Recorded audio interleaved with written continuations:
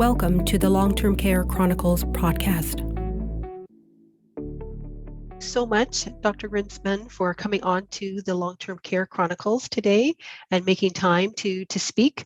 So we'll start. And the first question I wanted to pose to you is, right now, yes, there's a human resources crisis in nursing. And this was even before the pandemic. And I know that the RNAO completed a survey, I think it was last year, about nurses and their stay in the profession. And now, with the current conversation of internationally educated nurses, the IENs for short, and can they be able to assist that gap in terms of, since there's about 20,000 of them, to facilitate this through the whole, I guess, the long-term care staffing pool? Will this be enough, or is this just a good start? So, we used to say last time we spoke 20,000. We actually have more than 20,000 internationally educated nurses living in Canada. It's not that we are going to other countries and, poaching them here, because we don't believe on that, because other countries need nurses as much as we need. Mm-hmm. People here are as important than people in other countries, right? Yeah. But these 20,000 plus nurses made Canada their home. So they're eager to work, they're eager to support patient care, whether it is in long-term care. And by the way, I can put you in touch with one that now has 5 offers in long-term care, and she's going to choose one. And that will be lovely. Yes. Carla is her name, Carla. Oh, okay. You will love her. In love with long-term care. That's her field. And then others want to work in hospital, others want to work in home care. It doesn't matter where. They all are eager to contribute to patient care in Canada and to alleviate the stress of our colleagues in the front lines. So it got to improve the situation. 20,000 or more, I'm not saying all will be processed in one day, of course, but even if we were to fast track and process half of them, just picture the relief for the system and the eagerness of these people to work, the energy that it will bring, and my colleagues will be in another situation. Yeah. On top of that, we have the bridging programs that need to expand, as you heard me talk about the Queen's Park Day. And the bridging programs is from PSW to RPN, or PSW to RN. And again, I can put in touch with Diana, who is a PSW that is actually studying now for RN at Ryerson. And then we have from RPN to RN bridging programs. Those bridging programs need to become, number one, more flexible, because people many times most of the time, need to continue to work. They need to continue to put food on the table.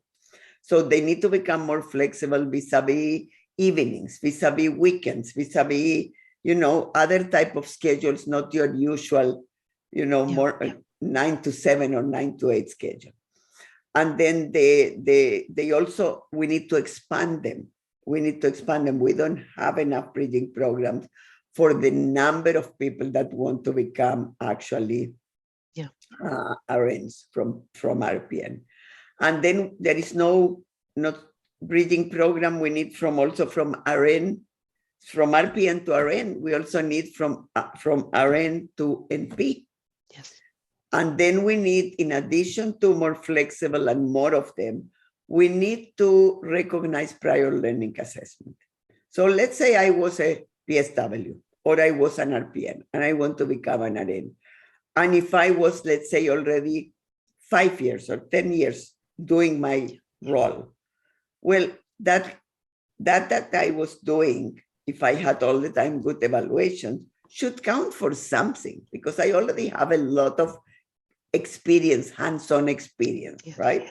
So that should be counted. And we used to have that in years past, many years ago. We used to have prior learning assessment and so forth. Retired nurses. We are asking that retired nurses come back with compensation to mentor either the new grads that come on board or the INs that come on board, or a nurse that wants to come on board that has not practiced for a few years, so that should be too. So when you put all the initiatives that we have spoken in the platform that we just released at Queen's Park Day, Is there a solution to the nursing crisis? Yes. Is there a solution to the RN crisis? Yes.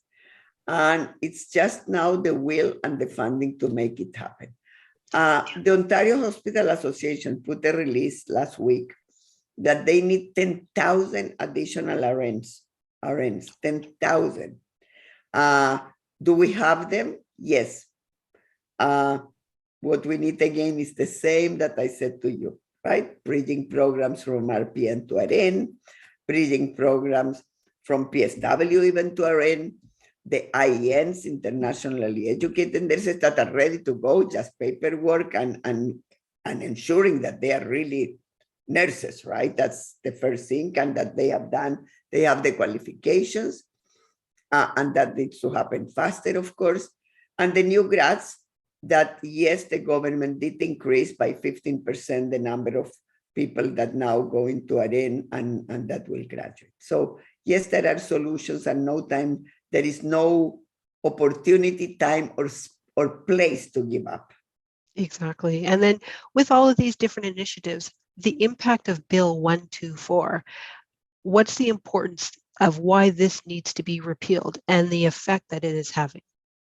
So Bill 124 has become, in addition to a real constraint on compensation improvement, it has also become equally a symbol of perceived disrespect. Whether the Premier says at our Queen's Park Day that he values nurses, and I believe he does, everybody values nurses. It needs to come with tangible actions, right? So the same as he increased the number of people that can now, this number of seats for RNs and RPNs, we need now that same respect to translate into retention. And retention is Bill 124, and it's the top up of compensation. Because if we don't retain the nurses we have, we will need to continue to produce more and more and more. So that's not the solution. The best retention, the recruitment is retention first and accompanied by recruitment. Definitely. And I know that we did talk before, before the podcast started, and it was about the Queen's Park Day, and it was done virtually last week, February 24th, where all the leaders of the parties in the legislature attended and were able to speak with yourself and amongst with all the other your colleagues. And you as well provided your platform, your provincial election platform. But there was about 15 major points with that. And I just wanted to talk about in terms of with the senior strategy, which is part of that platform. And there was 5 major points within that. So one was the home care funding, because that's important, because most of the people that don't have the resources at home eventually end up in long-term care. Can you just speak to that for a moment? So first of all, I want to thank you for being there. I want to thank you for always being so prepared for the podcast. There has been not one podcast that I have done with you that you're not top-notch prepared. I think I mentioned to you, Uncle, from the Pointer, another reporter that is like, mwah, always well prepared, always, and always with so insightful questions, and you too. So I just want to thank you. You need to know that for someone that is interviewed very often, when we have people that have their not only heart, but have done the homework and are well prepared, it's just a privilege for us. That's when we ask me, should we reschedule? Because I'm dealing with the phone calls from the border in Ukraine of people. I said, no, let's keep going until there is the next call, because you earn it. You earn it by your amazing preparation. I really want to thank you for that. It's a privilege. We believe, first of all, and always, if you look at our ECHO report, we issue it, ECHO, ECCO, we issue it in 2012, then we issue it again in 2014, then we now reissue it in 2020, May 12th of 2020.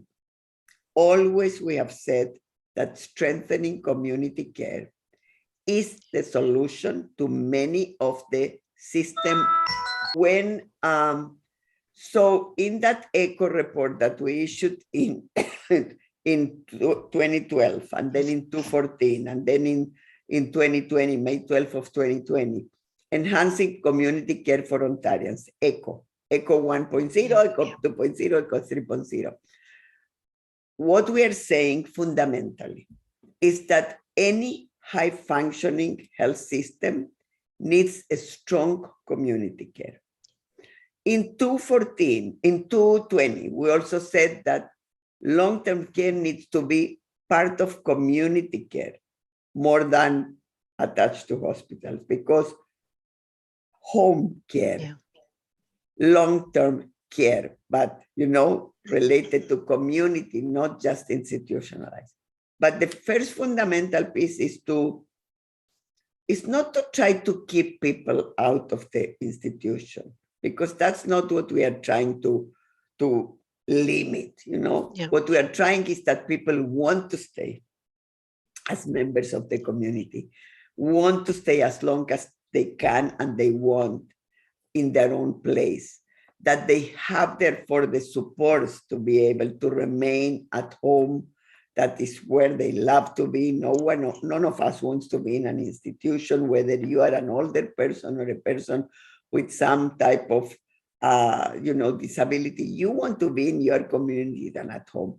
And we lose out by not having people as part of our community. I was talking with you before we put the recording on that. Just picture if it's older people or other people.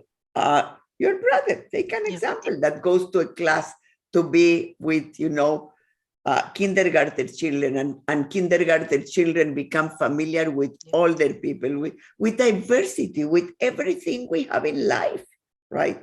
The richness that does. I always pride on my own kids that are not kids anymore, that they know how to relate to everyone. They know how to relate to someone that is 0 months to always, not just now, when they were kids too, to someone that is 5, to someone that is 15, to someone that is 80, to someone, with the same respect and with the same person-centeredness. And it doesn't matter if they are this or that or that or the other, or bright or not bright, or whatever we call bright, because to me, everything is bright. Every person is brilliant, right? And just picture if kids will have exposure to older people. Many of these kids don't have grandparents. Many. I didn't have grandparents when I was a kid, right? I wish that I had, those people all the time in my life, right? Exactly. So home care, therefore, is critical. Home care is central to support people, and home care needs way more investment than what we have. And then when the time comes that either you cannot be more at home or you don't want to be more at home, then the options, of course, are retirement homes or nursing homes, right? Well, retirement homes, it's good, but if you go to many retirement homes today, they really, in many cases, there are people there that are as complex as in a nursing home almost. So they need to be, the oversight needs to be under long-term care, right? Otherwise, they don't get the same benefits, the same hours of care that we are saying, the same oversight and supervision and staffing and etc. And then in nursing homes, you have heard in long-term care nursing homes, you have heard us saying before, and we did the campaign, if you remember, of the 4 hours of care, and we did it with older people, saying 4 hours of care because of dignity, 4 hours of care because of this, because of that, because of the other. And we got it. I'm not saying we got it alone. You and your group and the family council and the residence council and, other groups that have advocated, Vivian and others, Dr. Vivian and many others have advocated big time for long-term care. Colleagues that work in long-term care have advocated, and RNAO, yes, also advocated hugely, and we got it. And if you think the commissioner, Commissioner Morocco, he accepted our recommendation of the 4 hours for worked hours of care.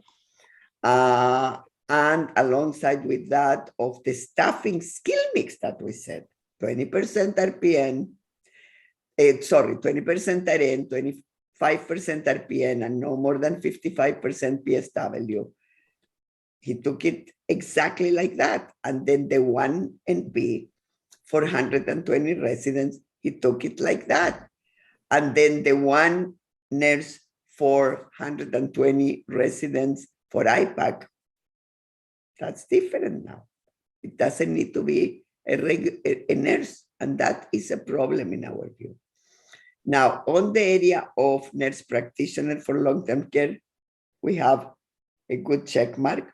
We are not done because we said we want every home, but you may remember that Rod Phillips announced 75 additional nurse practitioners. We already have 75, and we will continue to pursue that because every single home should have a nurse practitioner. The expertise of nurse practitioners are marvelous. And if there is a community that doesn't have a nurse practitioner, then take a CNS, a clinical nurse specialist. Those are RNs with a master's in gerontology. You take a CNS on gerontology, they will be eager to contribute.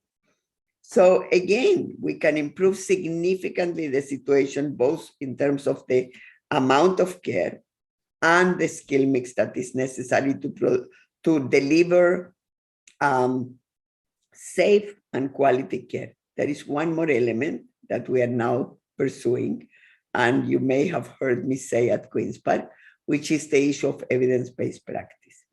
You know that the guidelines of RNAO that are implemented all over Ontario and all over the world, in fact, in 20 countries, are producing results beyond belief.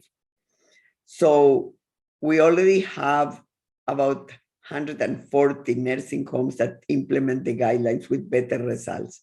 What we want is to embed the evidence-based guidelines in all the EMRs, all the electronic medical records. And that will bring that when you go to work, whether you are a pharmacist, a doctor, a nurse, a physio, a PSW, and you put the chart of the resident, according to the conditions of that resident, there will be recommendations that are from our guidelines, evidence-based, from the assessment to pain management, from person-centered care to palliative care and person-centered care, like the whole thing.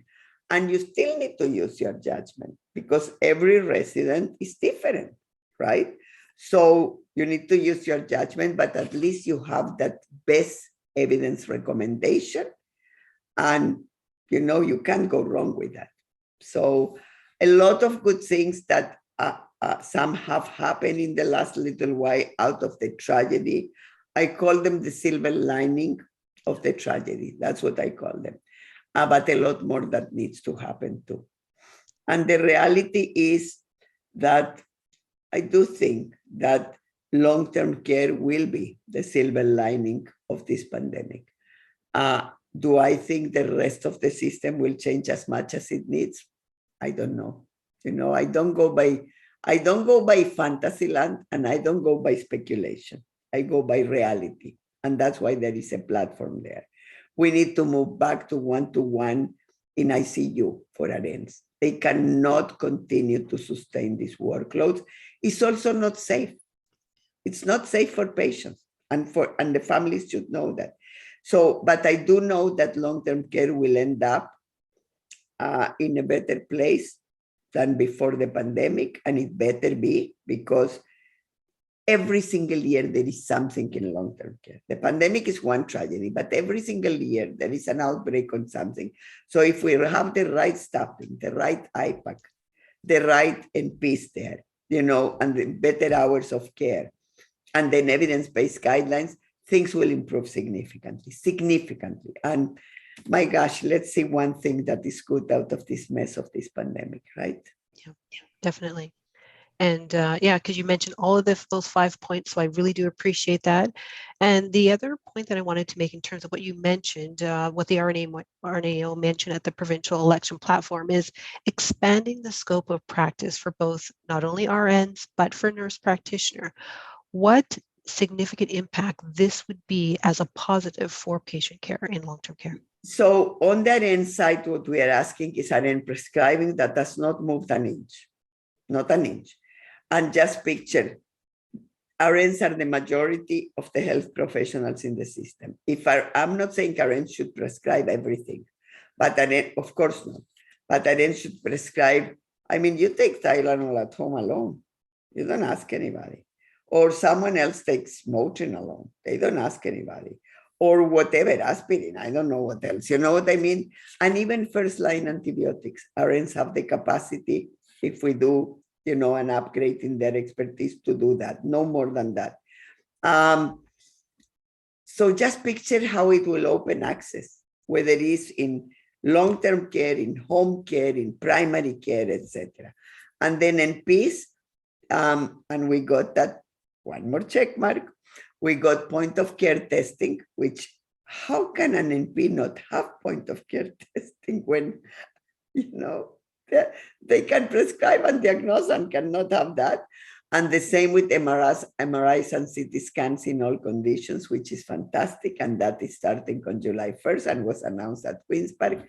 And we couldn't be happier than that. And more needs to come. And it will come, I'm confident. And that really shows the connection as to why more nurse practitioners need to be in long-term care for that benefit. Well, just picture that you will have less of, if we could do more in long-term care, and I'm pushing the issue even of doing some more activities in long-term care, having the right staffing, if not, you cannot, and with the right expertise, you will have less movement of residents to emergency department, which is very negative for residents. Yeah. Residents in it's not because ERs or emergency departments are bad. It's because if someone comes after a major car accident with a major trauma or a heart attack or whatever, then it's difficult to give attention to someone that is relatively stable but needs ABC testing that could be done in the nursing home, right? Yeah. So that is it's not good for residents to be shipped back and forth to emergency department. The more they can get their care in nursing homes, the better, in long-term care homes. And the more they use the outings, not to go and visit emergency departments or ERs, but to go and visit family or to go to the mall or to go to an outing, that's where they should be spending the time when they go out, not in visits. They're not visits to the emergency department. They're nightmares for residents, quite frankly, not because the staff in emergency departments are not good people, they're amazing, but the priorities are different in an emergency department. And they wait sometimes for hours. They come back sometimes with pressure injuries, like used to be called pressure ulcers. And it's just not good. Just exactly. Not good. So, and I know at times they come back even confused because they change on place, right? And they're not in emergency department and all of that. And being transferred by, And the expense of that, if you think, with the transfer ambulance. So from all directions, thank you for reminding me of that. From all directions, from the point of view of person-centered care is not good. From the point of view of their health and well-being is not good. And for the point of view of the system expense is not good either. Yeah. Definitely. And as well, you mentioned, the RNAO mentioned in terms of starting the nursing task force in the province of Ontario. So we did have one. Mm-hmm. Years ago, post Premier Harris, RNAO called at the time for a nursing task force, and it was announced by Minister Elizabeth Whitmer at RNAO EGM, and at the time it was a nursing task force, but it lasted a year, and many good recommendations that RNAO had put along already on and on and on came into the task force. Thankfully now, though, we are making some of those moves already, right? Like the increase in enrollment and the NPs in long-term care and the expanded scope, etc. What we want is the nursing task force, not so that they wait until the nursing task force to move with the rest of the things, but so that we monitor and evaluate outcomes, and we add new recommendations if needed that RNAO didn't think about. Definitely. And does that go into the fact of, for the province to have as well a chief nursing officer? Is that the same line of thinking? Well, so there are two things. First of all, let me give you the good news that we have a chief nurse officer announced federally, and we can talk more. You and I spoke about that years ago, and it materialized. So let me talk about that in a minute. And the chief nurse officer in Ontario, we always have had. So the person moved on to another role, and the position is actually posted. So if you are going to put this in the website now or in the Twitter, please make sure that people can still apply, because the position is open. Look at the date. I believe is till March 9, if I'm not wrong. I don't recall exactly. I tweeted about the position several weeks ago because it was announced beginning of February. So yes, there will be again a chief nurse officer in Ontario. The piece I can advance to you is that I want that position to be elevated to ADM, so to report directly to the DM. Perfect. To the deputy minister, to Minister Zan. That's really where the position was when we first secured that position, and I was part of that. And we want the position back at that level so people will stay for a lot longer. Definitely. And that would be a huge benefit. Yeah. Now, the other thing is, right now, currently with childcare, Ontario is the only province that has not signed on to the federal program. And I would just wanted you to speak to the fact of how that is impacting in terms for nurses now, and how that is impacting in terms of patient care. Yeah, I wouldn't say it's impacting only in terms of nursing. I want to talk about women and men. Everybody needs parents. Parents need childcare and need affordable childcare, because to find the spot takes a lot of time and it's expensive. And it's expensive for nurses, but even more for someone that is on minimum wage. So we need childcare, and it's no rhyme or reason why everybody has signed but us. So the time to sign is now, and there is no more discussion in the book of RNAO. Definitely. We will continue to push for that. Definitely.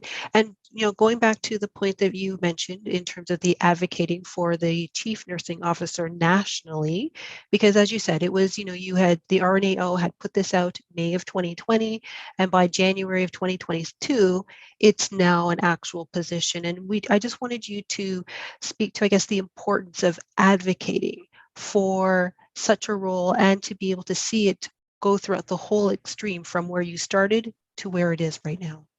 So let me tell you a bit of the history of that role. That role existed forever before. There was a nurse that I love dearly that passed away a couple of years ago, Josephine Flaherty. And you should Google her and put that picture. An amazing lady, and she used to tell me, my mother said, every nurse, every student needs to belong to RNAO. And my teacher in school in the first day said, you need to belong to RNAO. And so I belong to RNAO. So I don't only love her for that, but she was a character. And she was a figure. And she was inspiring. She became, actually, after she retired from that role, she became the parliamentarian of RNAO at the AGMs. Oh, she whipped us into shape with spelling and with grammar and with an amazing lady. Now, when she left the role was vacant for a few years. And we actually pushed big time back then to put the role back. And then Dr.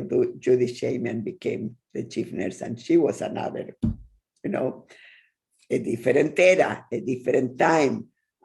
She pushed the agendas. She was very impressed. She had been a president of RNAO, also very impressed with our program on evidence-based guidelines, etc. She also retired. Well, came Prime Minister Harper, and he did away with it. That's it. It's as simple as that, and that's the facts.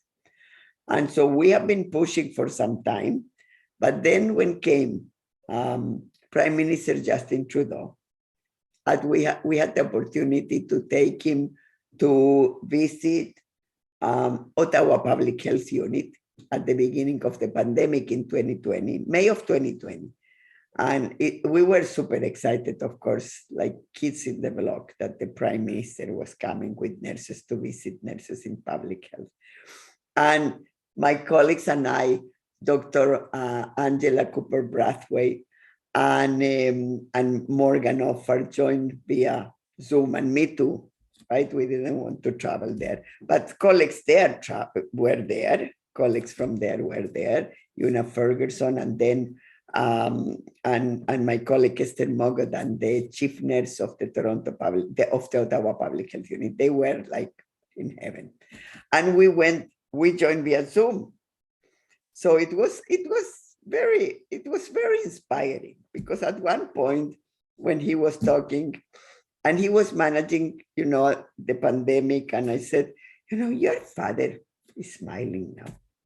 And then I kind of tongue-in-cheek said, and trust me, you want me smiling too. So I'm going to say to you, we really need a chief nurse officer in Canada. We used to have this position. We want this position back. There are amazing nurses. They could be helping you now with the pandemic. And we need that back. And I remember seeing the Prime Minister Trudeau taking note. And I thought, I'm seasoned, right? By now, someone is taking note about what I'm saying. It means they want to remember. So then we sent a letter. Then it was in the newspaper, in the journal, the iPolitics, a story. And then, it took momentum more and more in the media. You guys talked, and we sent more letters, and we kept sending letters. And then I sent a couple of texts, and I was told, we are in the middle of third wave, I think was heavy duty. And then here you go, it became. So the learning for anyone, and for RNAO, this is not new that this is a learning, but for anyone that wants to do good advocacy, is persist, but do it only if it's good for the public, not just for nursing. If it's only good for nursing, don't waste your time, because you shouldn't be given that. And I deeply believe on that. Same for doctors. If it's only good for doctors, forget it. For pharmacists, forget it. If it's good for the public, whether it's the public during health to keep them well, or the public during illness, whether it's at the beginning of life or at the end of life, whether it's the public in home care, long-term care, hospital care, the public, then go for it and don't let it go. Don't let it go, because it will happen. And this Definitely. is exactly the story. Which is actually nice to see, because even as you said, it's one of those silver linings within this pandemic, if we can have one. And this is definitely showing to others in terms of the consistency, in terms of something that is a benefit to everybody, brings in some sort of value. Yeah, but we need to do it now across the country, because while Ottawa will have one chief nurse, and we have one, and Manitoba, I believe, has one who is excellent also. Not every province has, and they used to have. So trust me, we will continue now to harp that every single jurisdiction, and every single jurisdiction being that the province or the territory, they need a chief nurse, because chief nurse, you see, nurses bring to policy, number one, they bring humanity. I'm sorry, all disciplines do, but we are 24/7 next to that patient in good times, bad times, or in the middle times. We are in health and in illness. We are with all populations, rich, poor, in the middle, in the streets, in the homes, in the shelters, everywhere. So that's number one. We bring that perspective.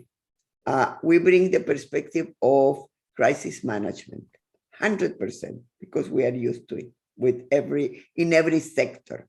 As a nurse, we bring that. We need the perspective of social determinants of health, because nurses we are educated in that gestalt, in the social determinants of health. We believe, the same as I said to you before, that community care needs to be expanded because it's a hallmark of high functioning systems, that being anchored in primary care is not a luxury, is the hallmark, is one of the key indicators of a high functioning system. The same goes with social determinants. We are there first to keep people healthy. Nurses are there first to keep people healthy. And that is not healthcare. That is environmental determinants, all the mess that we have with climate change, with pollution, with you name it. And social determinants. If you're poor, you can still be happy. Some people, yes, and yes, happiness is inside your heart, but you're not going to be healthy if you're poor. You know what I mean? There is a direct link between income with education, number one. And the more income, the more educated people are, simply because they can afford it more. There is a direct link between more educated and health outcomes. And there is a direct link between all of that and the systemic, for example, racism, discrimination, etc. If you look at newcomers, there is a direct link. Just it's, even in Hamilton, depending on where you do your surveys, it's the health outcomes you get, sometimes 10 years of difference in life expectancy. They don't just happen because it's not only about life choices, as they call it. People, single mothers or single fathers for that matter, that are running between 3 jobs because they don't have a full-time permanent job with good compensation and with benefits, they end up eating, cheaper food, not because they don't like organic whatever. They can afford organic whatever. When they go once in a while to an outing, they go to McDonald's not only because the kid likes the Happy Meal, but that's what they can afford. When they don't cook so much at home, it's not because they don't want to cook. Yes, some of us, I cannot say us because I love cooking, so take me out of the equation. But some people, and I'm not going to say women because men also cook, don't like to cook. But the great majority is not that they don't like to cook and they can't afford the good groceries to cook a good meal, and it's cheaper to buy a McDonald's. So it's not a choice. It's not a choice. Exactly. And as this, pandemic continues. So those nurses bring that perspective also to the chief nurse officer table in the prime minister milieu. Not that others don't, because he has MPPs that do, but those are MPPs. This is at the civil servant level, and nurses bring a unique, rich perspective that will benefit both the federal government with the chief nurse officer at the federal level and Ontario with our chief nurse officer. I can't wait to have one back. Yes, definitely.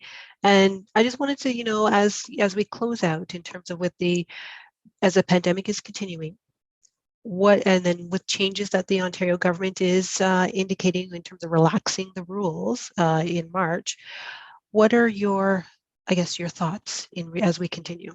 So I was looking for my mask because I use the KN95, which, by the way, you also need to be able to afford it compared to others, right? So that also influences that.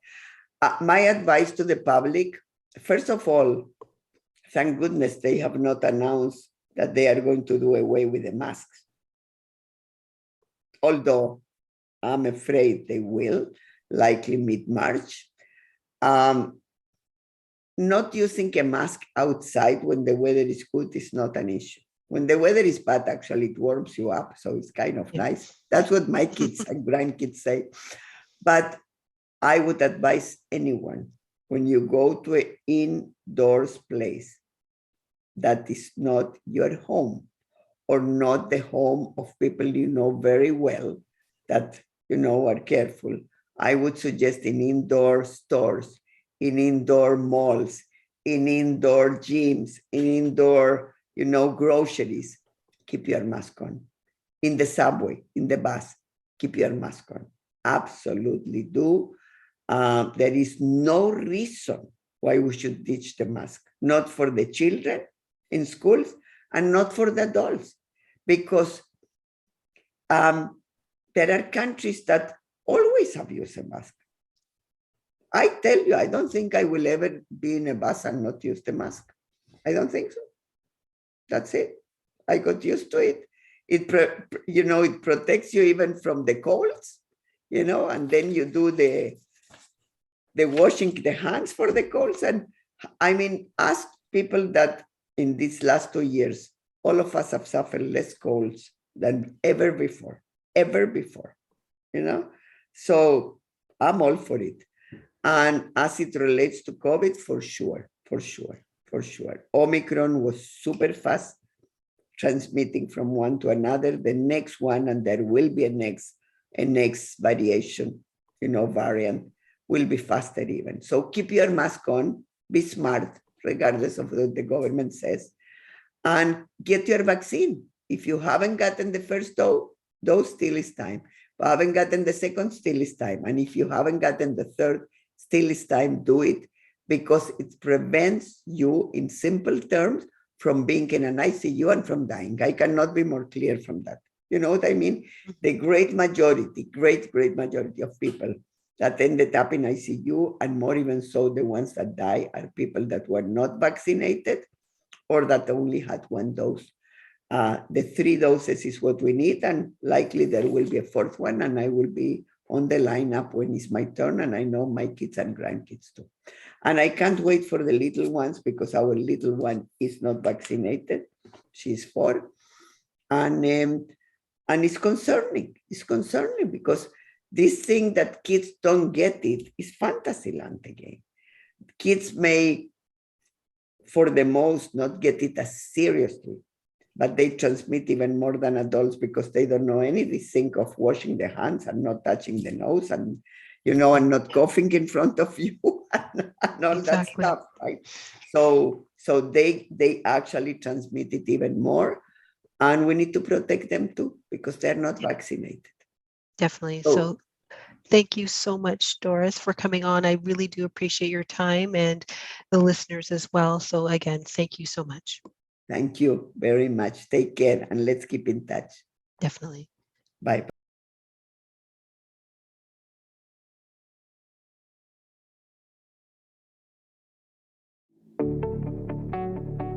Thank you for listening to this episode. And if you liked it, please make sure to like, subscribe, and follow wherever you're listening to podcasts.